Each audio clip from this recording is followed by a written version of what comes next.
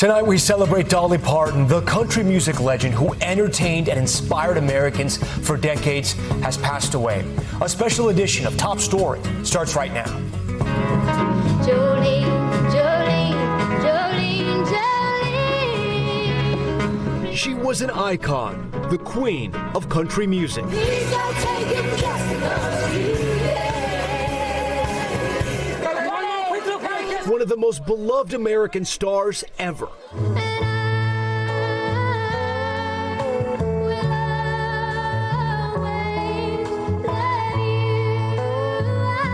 We have new details tonight about her passing, her nephew announcing the news. She will always love you.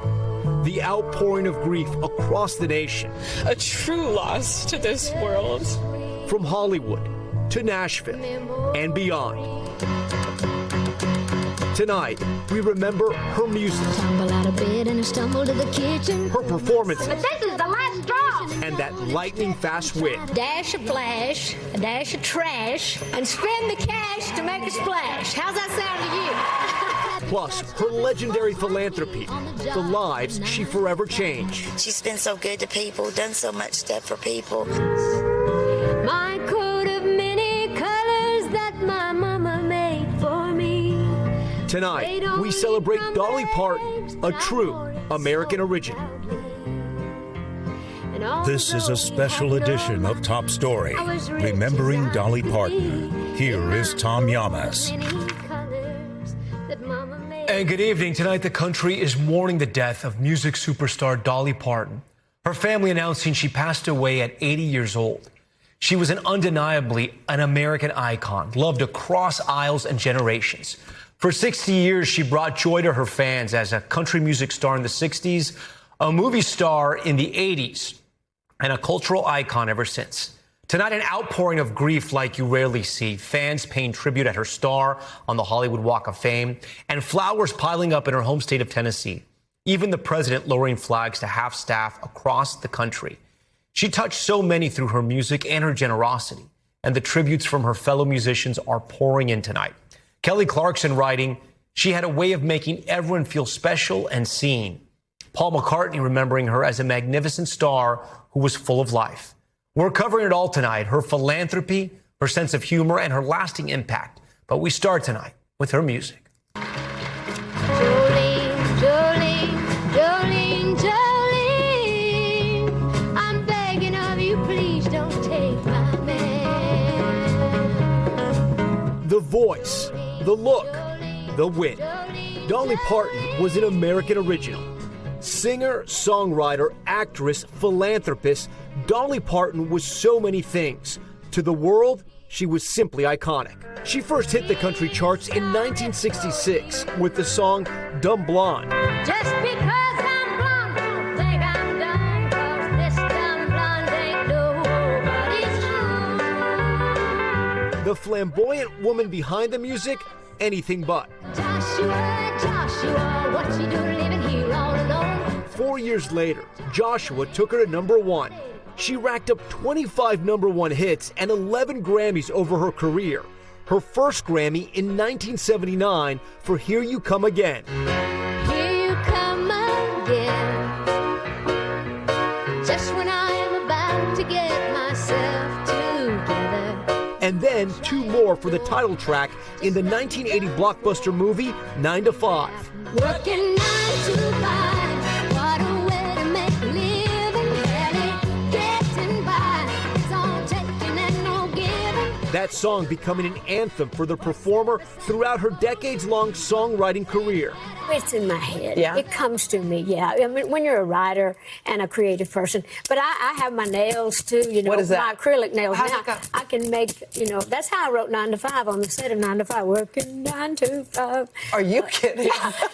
But I make music, out of anything. 9 to 5 also expanded Parton's performing to the big screen. If you ever say another word about me or make another indecent proposal, I'm going to get that gun of mine, and I'm going to change you from a rooster to a hen with one shot. Don't think I can't do it. Dolly Parton's path to national sensation began in the foothills of the Smoky Mountains in 1946. The fourth of 12 children, She described her own upbringing as dirt poor. In those very early days, we didn't have electricity. My coat of many colors. Those modest roots and her actual childhood coat inspired hit songs like Coat of Many Colors. It kind of sums up my philosophy about the hard times. It's a real special little song to me. In fact, it means more to me than all the other songs I've ever written and recorded. She started performing at church, and by 13, Dolly appeared at the Grand Ole Opry, her fame growing as a regular performer on the Porter Wagoner Show.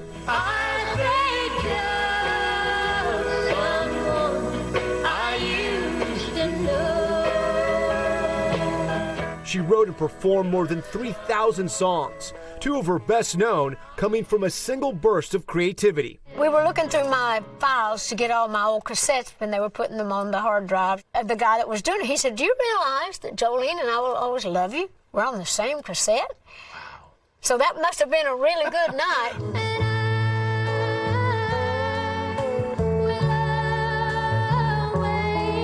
And while Parton sang a version of I Will Always Love You that reached #1 on country charts,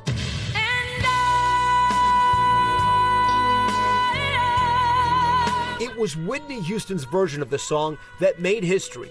With more than 24 million copies sold, it remains one of the best-selling singles of all time. This is the romantic part. Now, see, that's what really melts my butter. Parton's film career included hits like Steel Magnolias. Welcome to Dollywood! And her business interests expanded with her own theme park built in her hometown of Pigeon Forge, Tennessee.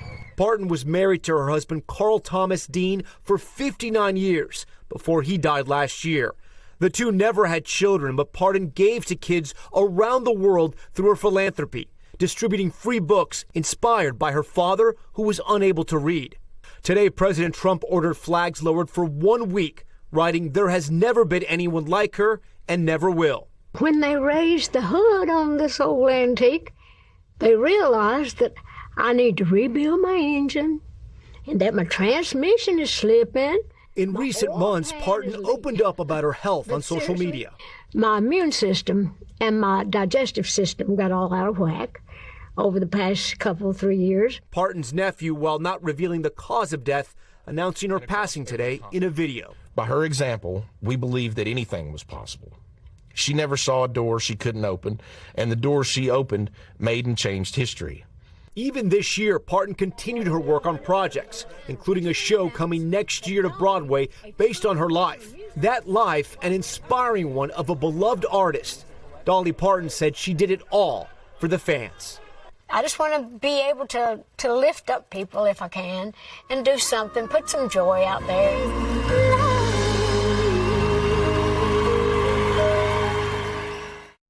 Dolly was 80 years old, and across the country tonight, from the mountains of Tennessee to the Hollywood Walk of Fame, an outpouring of love for the woman who left such an unforgettable mark on music and our culture. Ann Thompson tonight on The Fan saying goodbye. Here you come again.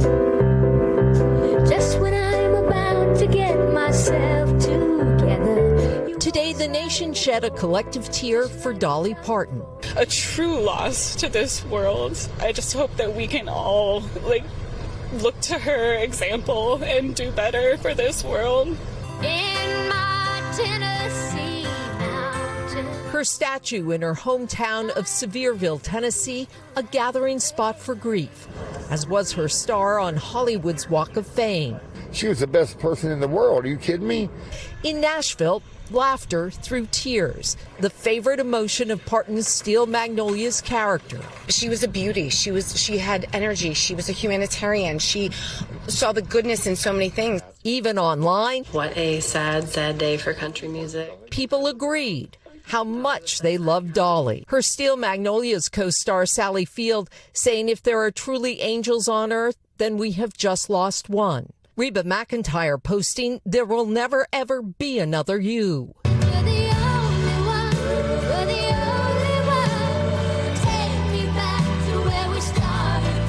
The woman who loved wigs, plastic surgery, and acrylic nails, tonight remembered for her genuine heart. Ann Thompson, NBC News.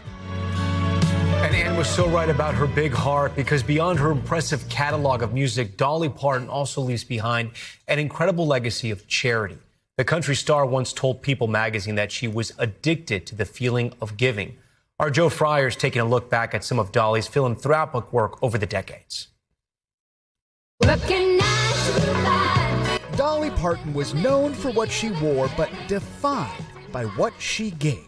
Hello, I'm Dolly Parton, the book lady. In the 90s, she created the Imagination Library, a program that mailed free books to kids, telling me it was inspired by her father, who couldn't read or write. And he felt very embarrassed and crippled by that, but he was so smart. And so he got to live long enough to see the Imagination Library do so well. You, of course, have a legacy in music, but this is part of your legacy too, isn't it? I have to honestly say that I probably am as proud of this as anything I will ever do. It's hot. In 2016, when wildfires ravaged the Great Smoky Mountains, the place she grew up, Dolly gave $1,000 a month to each family that lost their home. Now, we want to provide a hand up to all those families that have lost everything in the fires. She was donating again a few years later when Hurricane Helene devastated Middle Tennessee, raising awareness by changing the lyrics to one of her legendary songs. Helene, Helene,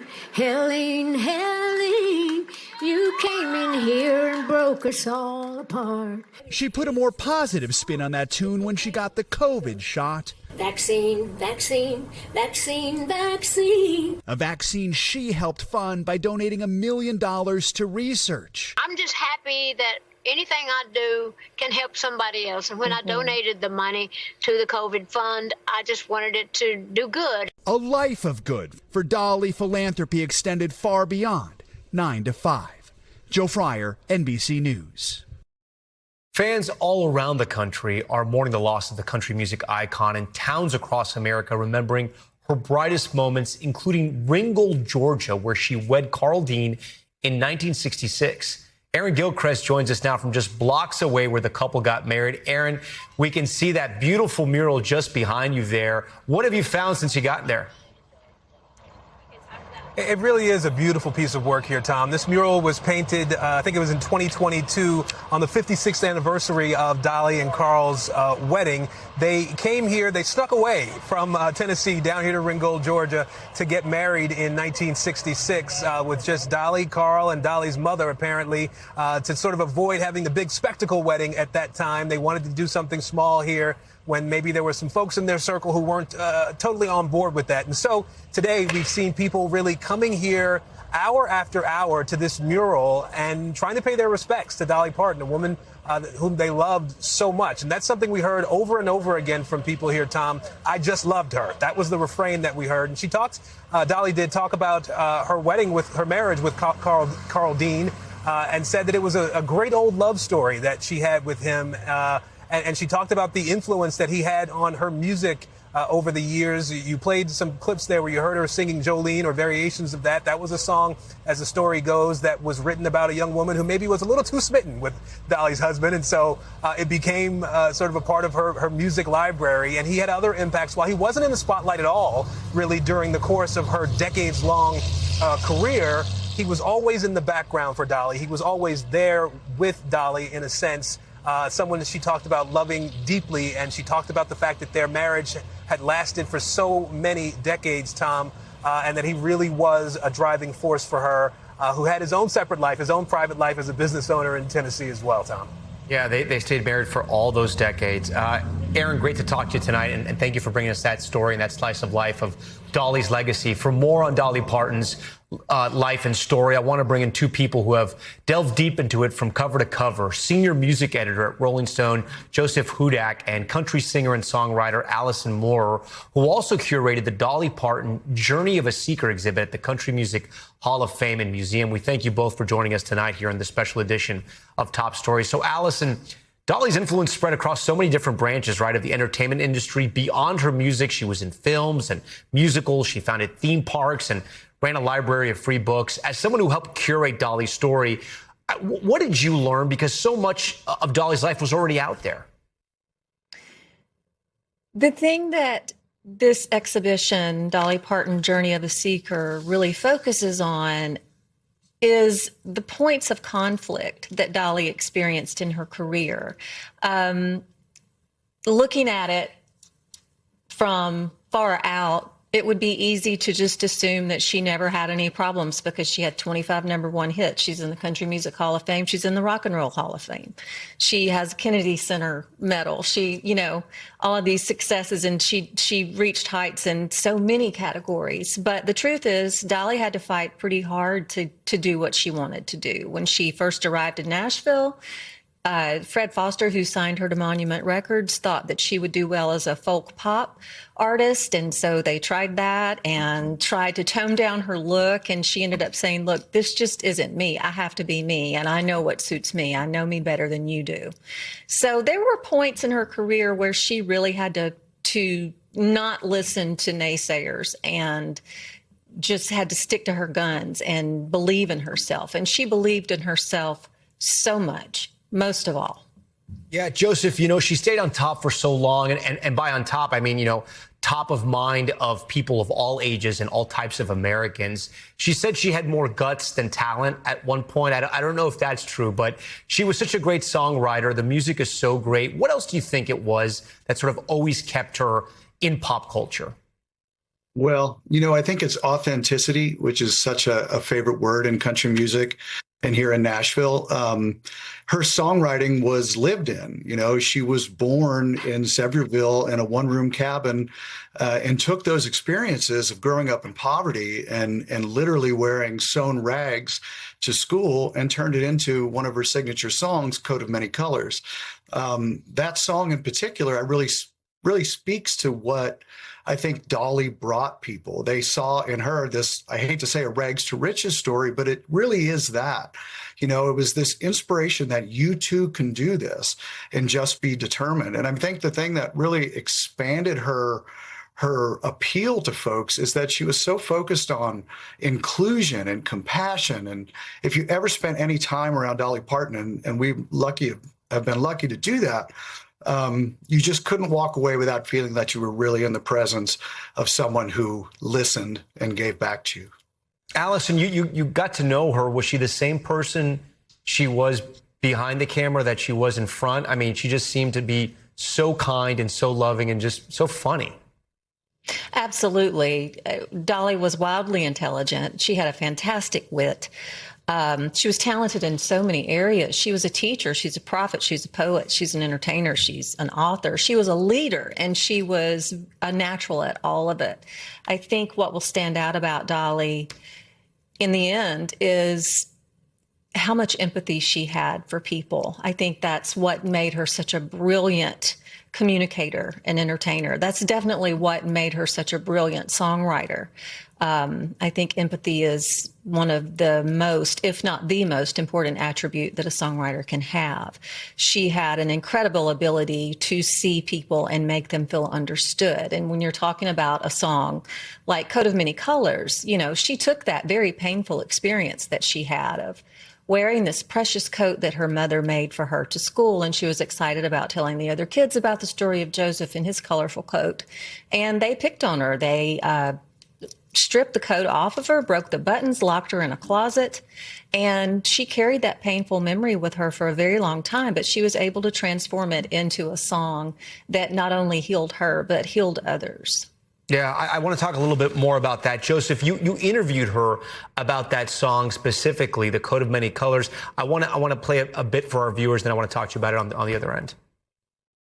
Though we had no money, I was rich as I could be, in my coat of many colors my mama made for me. Joseph, what did she tell you about that song? That it was a real life experience. You know, she wanted to be proud of this coat, just as Allison was saying, and it was inspired by the story of Joseph and the amazing Technicolor dream coat. And she just didn't, it didn't have that effect when she went to school. You know, she was picked on, but this was a way for her to really live her experience in that song. And in fact, she wrote that song when she was on the Porter Wagner's bus, her old singing partner, Porter Wagner, they were going on tour, and she had the idea for the song and snatched a receipt off of Porter's dry cleaning bag and wrote the lyrics, A Coat of Many Colors, on that. So she wrote a song about a coat off of a dry cleaning bag for one of Porter's coats. You know, she never got involved in politics, Joseph. She did the causes that she really cared about, that everyone sort of get behind. The New York Times famously had a headline, "Everyone can agree on one thing, we love Dolly," something to that effect. Why do you think more musicians and people in show business don't try to emulate that? Well, you know, it's a very slippery slope for folks these days. You know, you lose half of your audience, or you risk losing half of your audience. When you reach the level of Dolly Parton, you're all but, you know, unimpeachable. You know, she could have done anything she wanted to do with her platform, and what she used it for, which I find so inspiring, is to bring people together. It was about showing that we could all get along and rally behind something, not just rally behind Dolly, but rally behind, you know, look at what happened during the pandemic. You know, her helping to fund the vaccine brought us at one of our most divisive moments in this nation together, and we all came together around Dolly.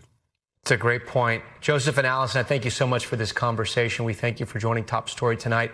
We're going to have much more on Dolly's life and legacy later in the show, but now we're going to turn to another breaking story we're following tonight. The polls just closing in South Carolina, where all eyes are on Darlene Graham's runoff battle to secure the Republican nomination for her late brother's seat. Our Steve Kornacki is following that race and primaries across 2 other states. But first, let's get to Ryan Nobles on the ground in South Carolina for us tonight. Ryan, set the stage for us and walk us through what's at stake here.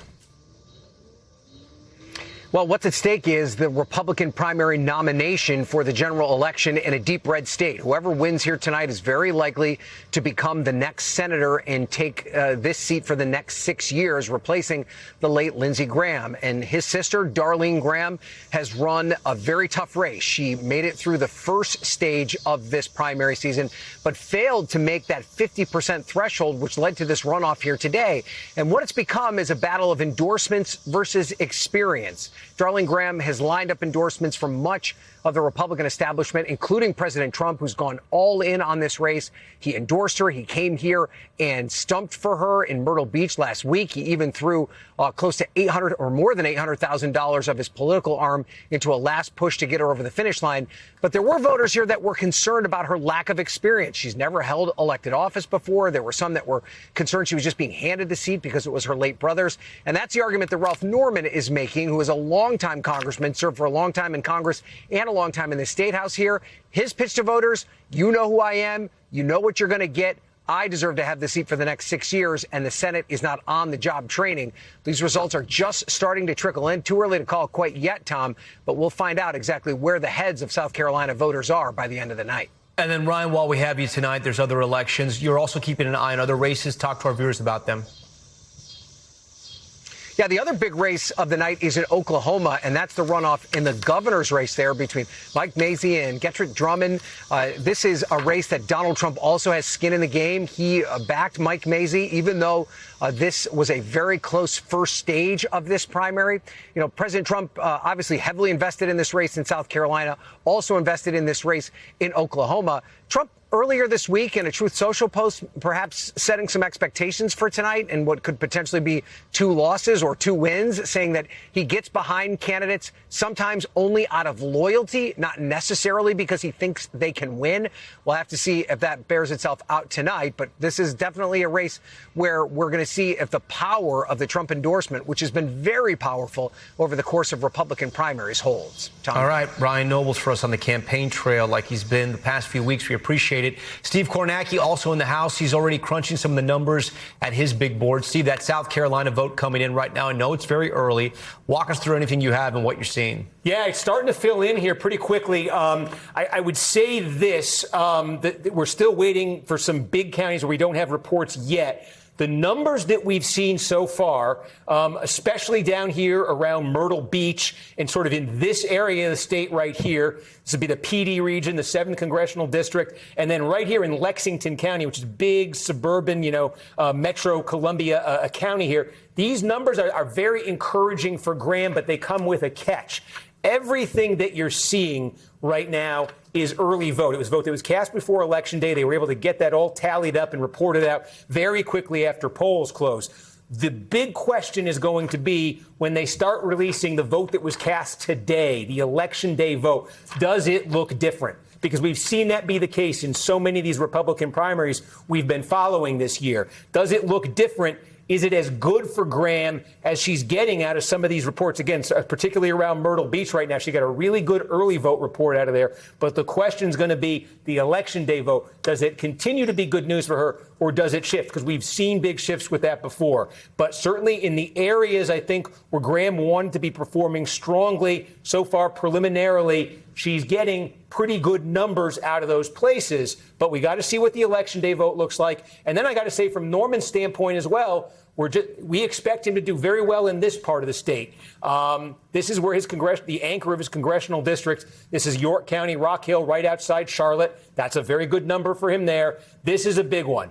Greenville County is probably going to produce more votes than any county in the state tonight. It is just a scattering of votes that have come in so far. That number for Norman, if he's running at 70%, when we start getting some real vote from here, and then we'd be saying he's doing quite well in his neck of the woods, too. So preliminarily, we've got more votes in from sort of Graham-friendly areas. Right now, they look like the kind of numbers she'd like to see down there. That could change as the Election Day vote gets added in. And let's see what happens in Norman's more friendly territory of the upstate as we get more reports from there. Yeah, just under 10% in right now. Steve, I know you're going to be watching that map all night. Any other races you're getting data on, or any other analysis you have of those other races? I know the one in Oklahoma that Ryan mentioned as well. Yeah, polls will close there about 40 minutes from now. Just to remind folks, you got the report there, but Gentner Drummond, the state attorney general, Mike Mazzei, endorsed by Donald Trump. This is a runoff. The preliminary election, these two candidates were almost dead even. Only 1,100 votes separated them, and there were a lot of votes for other candidates in there. They each got about a quarter of the vote, so a lot of mystery, a lot of suspense, and again, like South Carolina, a test of Trump's clout here. He's behind Mazzei, and he's really attacked Drummond as well. So in Oklahoma, it's a test of Trump's clout, and that certainly is the case here in South Carolina, where he's really pushed hard to try to get Graham across the finish line. Okay, Steve Kornacki will be on the board tonight. We thank you again. Still ahead on Top Story, we have much more special coverage of music legend Dolly Parton, plus the fast-moving wildfire exploding in Texas as we're getting new images of the charred destruction in Nevada. And the new threat from Iran, this one targeting President Trump's youngest son. You heard us right, what we're learning. And the alarming study about NFL players and CTE, what it reveals about how prevalent the brain disease is among athletes on the football field. Stay with us.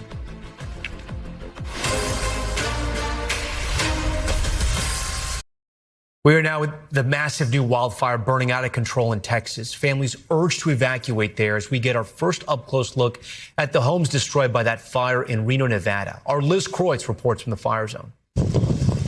Tonight in Texas, the fast-moving Ross fire exploding in size west of Fort Worth. It's just flames. Already consuming more than 75 square miles. Firefighters battling extreme heat, temperatures in the triple digits, powerful winds swirling embers, hundreds of residents urged to evacuate. This building fully engulfed. And here in Reno, Nevada, where the Hawk fire has damaged or destroyed more than 50 homes and structures, we're getting a first-hand look at what those flames have taken from families here. You can see some of the destruction here. This was once a two-story home. The flames just tore through it. The framing of the garage now the only thing still standing. 2 doors down, Scott Hayes forced to flee as the fire approached. Here we are. This is home. What's left of it. Returning to discover most of his home destroyed by the fire, along with priceless memories. His son Jeremy died of cancer at 30. His room had been preserved just as he left it, until the fire consumed it. You know, trying to sift through all that stuff. Because you keep every little note, you know. Everything he had. We never got rid of any of it. And now it's gone. Ricardo Arate recorded these harrowing videos as he escaped the flames. I felt like I could die. Losing his home of 20 years and now forced to figure out what's next. He says he didn't have insurance. You're not getting any insurance. No one's paying me. No one's giving me anything. People in this community reeling as officials warn fire season is far from over. Liz, those stories are so painful. The last two that you mentioned there, are the people there getting any relief as we see all that destruction behind you? Yeah, Tom. Well, the good news is that crews are gaining ground on this fire. It hasn't grown in size over the past 24 hours, and many of the neighborhoods that were evacuated, like this one, have now reopened, so people are able to come back to their homes. Unfortunately, though, as we just showed you, many people are returning to homes like this. I mean, you can just see the damage. It's hard to even make out really any of these items. And officials also say that they are again expecting this extreme fire weather to pick up again tomorrow, through the weekend, and you can even feel it now, Tom. We're starting to get that wind picking up as well. Yeah, that wind is so dangerous. All right, Liz Kreutz and her team still in the fire zone there. We thank you. We're going to take a turn now to another headline that caught our eye, an alarming new study that's rocking the sports world. Scientists revealing at least 25% of former NFL players who died in recent years had the brain disease known as CTE, but they warned the real number could be even higher. I want to bring in Morgan Chesky now. Morgan, break down what else is in this study and how the NFL is responding. Yeah, Tom, the numbers are certainly stunning here. And the doctor says that this particular study focused on 900 former NFL players, roughly 900, where he did find that 1 in 4 exhibited signs of that degenerative brain disease known as CTE. And Tom, he feels that number could be even higher. He pointed out to the fact that these players who died within a 5-year time span all played with the league more than a decade ago, largely before we've seen some of those recent modifications, including the redesign of helmets that current players take on the field each and every Sunday. Regarding how this study should be perceived by a coach or a parent, the doctor left me with one stunning statistic here, Tom, and he said that of these repeated head injuries that lead to CTE, he believes that roughly about 70% of those head-to-head blows happen not during game time, but during practice time. And it's his hope that football in middle school, high school, and at the collegiate level could adopt a practice schedule similar to the NFL, where they have 1 day of contact in practice, if at all. He says simply by doing that, they could make the game significantly safer without changing a single second of game time. Tom? They're going to have to get those coaches and staff on board with that one. Okay, Morgan, we thank you for that. Just ahead, the CIA director's secret trip to Moscow, what we're learning about that unannounced meeting in Russia. Plus, we'll take you to the Hollywood Walk of Fame, where fans are honoring the late Dolly Parton with an outpouring of love and support on her iconic star. That's next.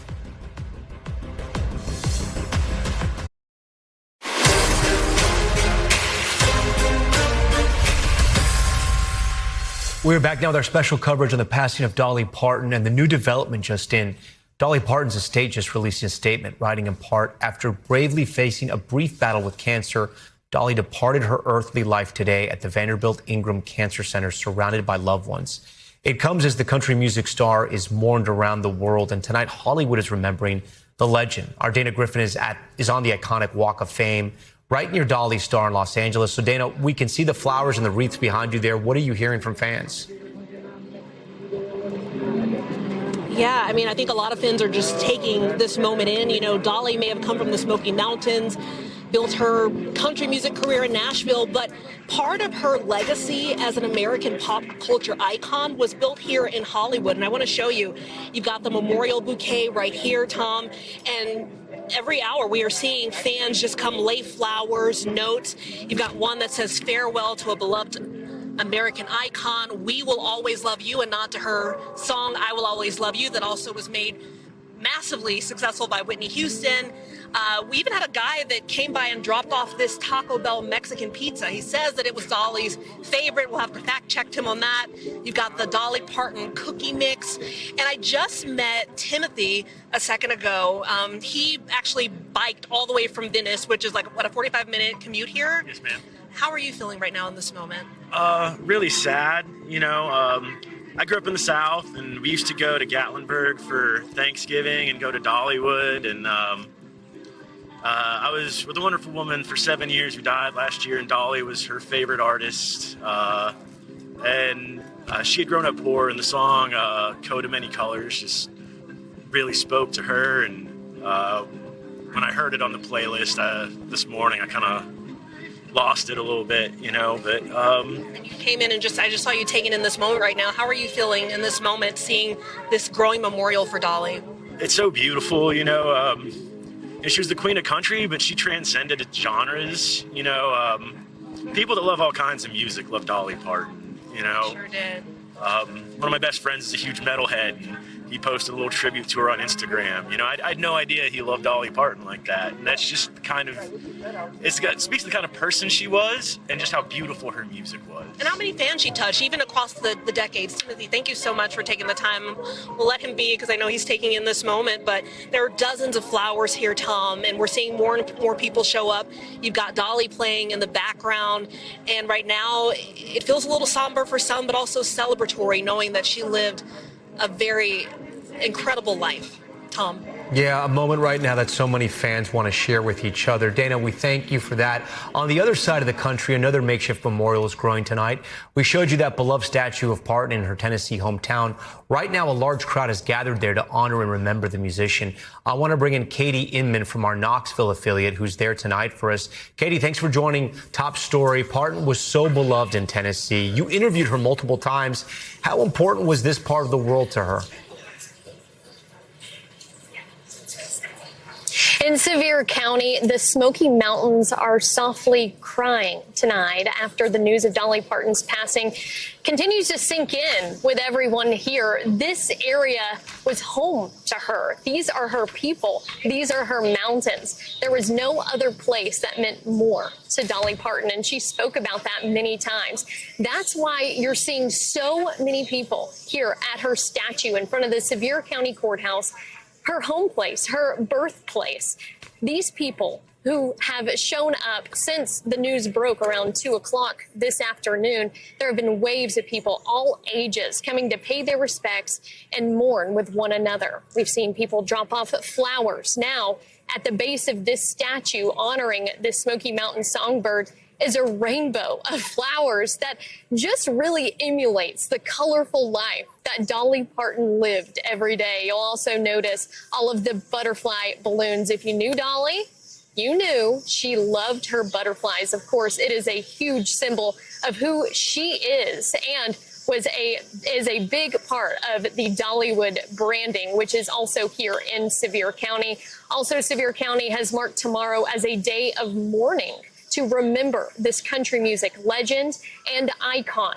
People that we've spoken to today, they all say that they can't believe the news. At first, they thought it was fake. Everyone thought Dolly was immortal, that she would live forever. She has given back to this area in more ways than one. Number one, 2016, 10 years ago, during the Gatlinburg wildfire, she created a My People Fund to give back to her people. Then again, during Hurricane Helene in September a couple of years ago, gave back to her people once again. She continues to give back to her people, not only in her life, but in the legacy she leaves behind now. Tom. And then, Katie, before you go, I know this is all so fresh and new. Have state officials, the governor, I don't know if mayors, have they already made any types of plans to remember her? I know you just mentioned what's going to happen in the county where you are right now, or home county. Anything else happening?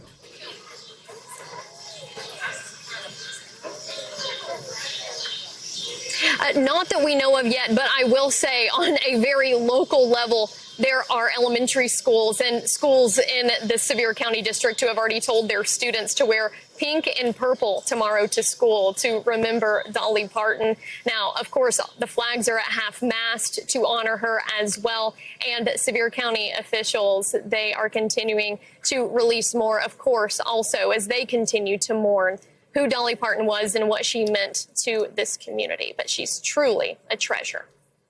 Katie Inman, we thank you so much for joining our special broadcast tonight. We thank you for that report. I want to bring in our entertainment reporter, Chloe Malas, who has been following the outpouring of reactions after Dolly's passing. Chloe, I want to start with the news that just came in that she had battled a brief bout of cancer. Do we know anything else? Because she spoke a lot about her health in recent years.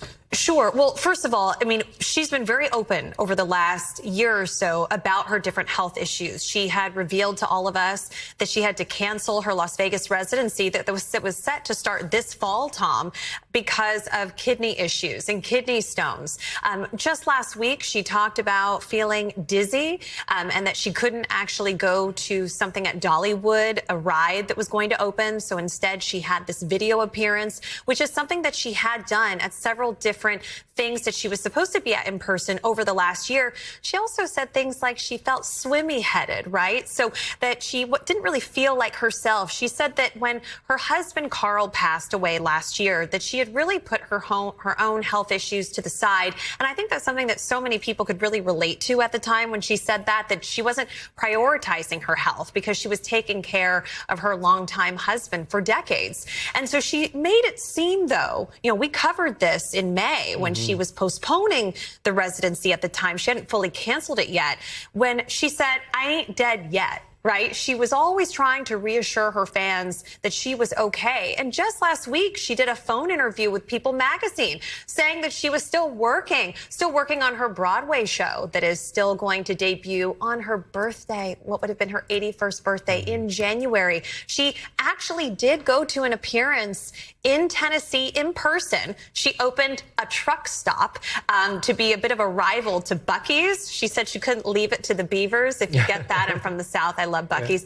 But she opened this truck stop and a coffee shop, Ambition Coffee, a nod to 9 to 5, and she cut the ribbon. So she did make an appearance 2 months ago, but clearly things took a turn. And I do want to also point out, I have covered so many deaths of major celebrities and individuals in entertainment and media, and it's very rare that you see this sort of planned video message. You see the statements come out quickly from a family, but to have, she was very organized and had the foresight to have her nephew record that message. He was her head of security, a job that his father had held before. So clearly there was planning involved in true Dolly fashion as to how she wanted all of this to be addressed to her fans and in what way. Yeah, and all of them are just completely impacted by that news. Chloe, we thank you for all your reporting. That was really great. Thank you. We're going to have much more on Dolly's legacy later in the broadcast. Now to Top Stories newsfeed. We start with Canada now hitting back in the trade war with the U.S., announcing retaliatory tariffs on American imports, including dairy products and electronics. President Trump earlier hit Canada with tariffs on items like hockey sticks and paper, calling it a response to Canadian trade barriers. The president also threatening to change the name of Lake Ontario to Lake America. And the U.S. now marking its first deaths this year from measles. Officials in Pennsylvania reporting 2 people have died in their state. No word on their ages just yet, but we are told they were not vaccinated. So far, the U.S. has confirmed more than 2,700 cases of measles just this year across 46 states, plus Washington, D.C. Now to a new threat from Iran. This one not against the president, but his youngest son. The Secret Service confirming it's aware of a disturbing video broadcast on Iranian state television, which appears to threaten to kill Barron Trump. I want to bring in Chief White House correspondent Garrett Haake, who has been following that story. Garrett, NBC News, we're not going to show that video, but walk us through what else we know about this apparent threat. Well, Tom, the video itself has an alarming degree of specifics about Barron Trump's life. It talks about where he comes and goes in D.C., his gaming habits, even names one of his friends, and offers a multi-million-dollar bounty on his life. This is pretty alarming for a figure who, while obviously close to his father, the president is not what I would call a real public figure. He doesn't speak publicly. He's not out in the public eye very often. The White House and his family have done as much as they can to shield him. He's a college student now, but here dragged essentially into this conflict as the target of this new Iranian threat. And then, Garrett, while we have you here, President Trump has previously said he's a top target for Iran. How is the White House responding to all this, and is there any sense of why the threat is coming now? Yeah, look, neither the White House nor the First Lady's office is responding to this threat at all. They're not saying anything publicly. The Secret Service is only saying that they're aware of the threat. But the general security posture around the president has been and remains quite high. Obviously, we had the incident coming back from Turkey a month and a half ago now, where the president had to switch airplanes to try to be maximally safe from an Iranian attack. The area around the White House is more closed off than it typically is. And the White House and the Secret Service have taken this posture that there is sort of this much more elevated threat environment around the president and around his inner circle, in part because of this war. And I don't see that ending anytime soon. Garrett Haake at the White House for us. Garrett, thank you.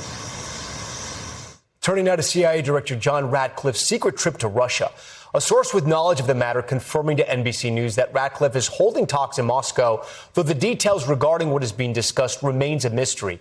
For more, I want to bring in NBC News senior national security correspondent Courtney Kube. Courtney, I remember the last time we had a conversation like this is when the CIA director made an unannounced trip to Cuba. So now we're in Russia, and the questions are, is this about the war with Ukraine or about Iran or maybe even something else? Yeah, and we really don't know. So we know that the director of the CIA arrived in Russia early this morning. He was only on the ground for about 4 hours, according to flight tracker data, before he made his way back to Riga, Latvia. That's where he caught this U.S. military C-17 in the first place. He flew back and forth. But we don't even know which Russian officials he went to Russia to meet with. Now, one of the reasons this is getting so much attention is not just the fact that this is the first time we are aware of that he's traveled to Russia as the CIA director and more than 18 months in that role.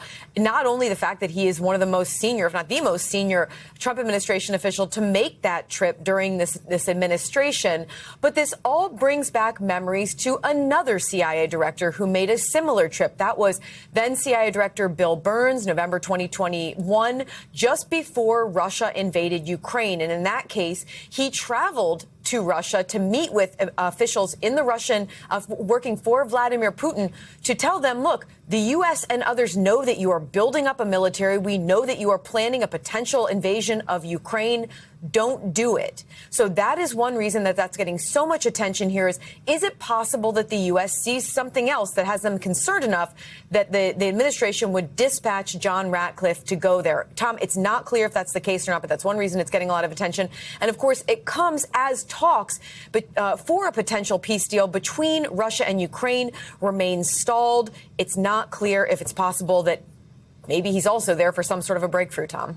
Yeah, while we have you here, Courtney, the Wall Street Journal and others have been reporting sort of that Russia may be trying to mobilize a new front in this war in Ukraine, number one. They may be trying to test the NATO alliance. We don't know. But I think you kind of framed it in a very smart way in saying that when the CIA director travels, it's because they have intelligence and they like to show, in this case, Russia, and sometimes in other cases, it's our enemies. This is what we know. So what is going on? Yeah, and we have been watching the very, very earliest indications that Russia may be interested or willing in testing the NATO alliance. Now, of course, it comes at a time when we have President Trump and many of his senior officials who are also casting doubt on the NATO alliance and whether, in fact, the U.S. would support, if there were a threat to the alliance, would actually follow through and support fellow NATO allies. We have seen the Putin regime send little messages in the form sometimes of drones or other projectiles into NATO nations. Now, not yet triggering any kind of an Article 5 response or triggering the if one NATO ally is attacked, others respond. But the concern is that if Russia continues to push those boundaries, it could lead to a real crisis for the NATO alliance here. Again, we don't know what John Ratcliffe went there to talk about, but these are all the sorts of issues that have been existing in advance of this trip. Courtney Kube for us. Courtney, thank you. Thanks. And we will be right back. We're back now. There's special coverage of Dolly Parton, the country icon, passing away today at the age of 80. Earlier, I spoke with Today's Show anchor Carson Daly about the legacy she leaves behind. Here's some of that conversation. So, they always say the artist that can stand the test of time is the true artist. Yeah. And that's Dolly Parton. Well, 7 decades, 11 Grammys. I mean, Dolly did it all. I think one of the greatest American songwriters, period, outside of even just country. She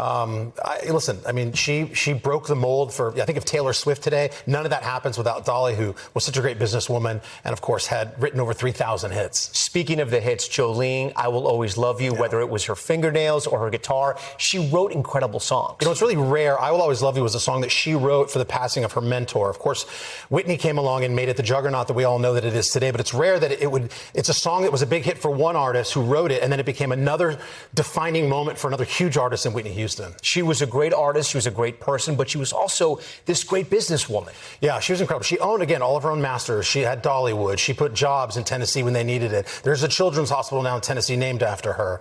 250 million kids in America got their hands on free books because her father couldn't read or write. She was inspired by that in 1995.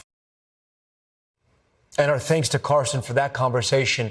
When we come back tonight, much more of our special coverage on Dolly Parton and a tribute to the country music legend in her own words. Stay with us.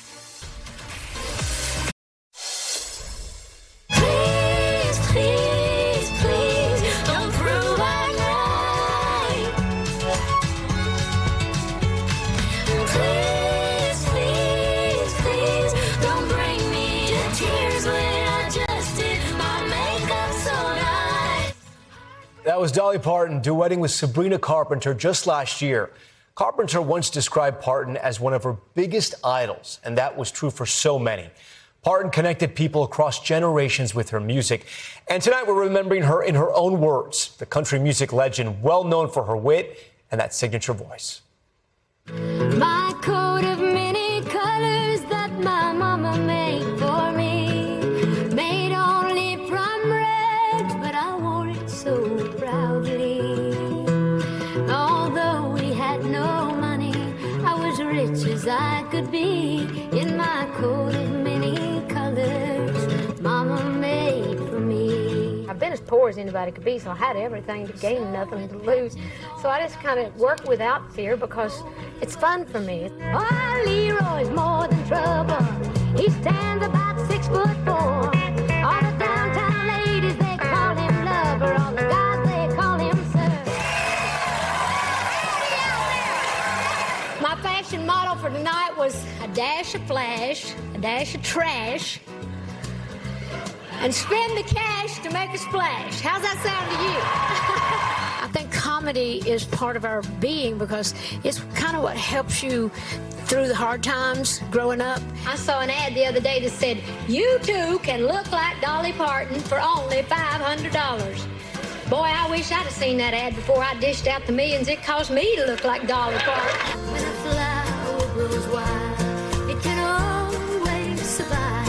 Wildflowers don't care where they grow. I am a girl of many colors. I really am. You've got to always be grateful. What do you close with? Well, I actually do a little bit of I Will Always Love You. That's the way I close all my shows, have for many, many years. Yeah.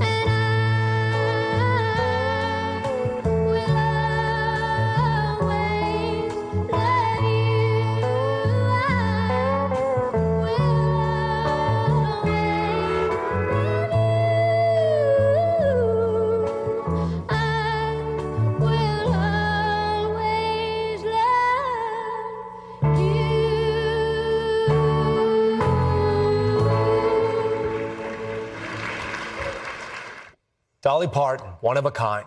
Thanks so much for watching this special edition of Top Story. I'm Tom Llamas in New York. Stay right there. Much more of our NBC News coverage on Dolly Parton just ahead.